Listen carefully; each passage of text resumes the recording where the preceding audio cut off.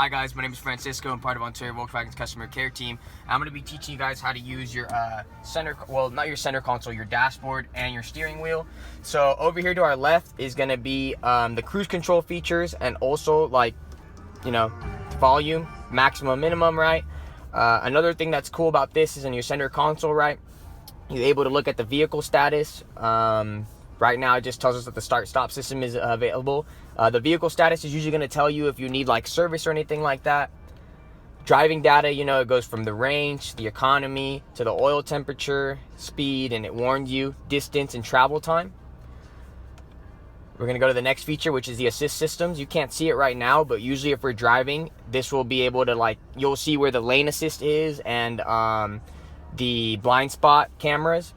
As you can see, I'll show you right now. That's all that the assist systems do, and it'll all be shown right here. Turn that back on.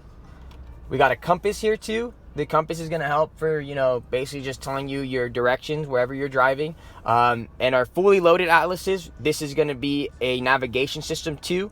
You can see like a little bit of your navigation through that little screen. And then we got the telephone and audio. Of course, if you have, a Samsung or a Galaxy phone or an iPhone, you can use your Hey Google or your Hey Siri, right? But if you don't, there's this phone feature that you can use, and you just come on here, click this button, and just say, hey, can you call John Smith, for example? And then John Smith would be called. Another cool feature that we have is the audio. And in the audio, though, the only thing that you can do is, just skip through songs. But other than that, that's how you use your center console feature.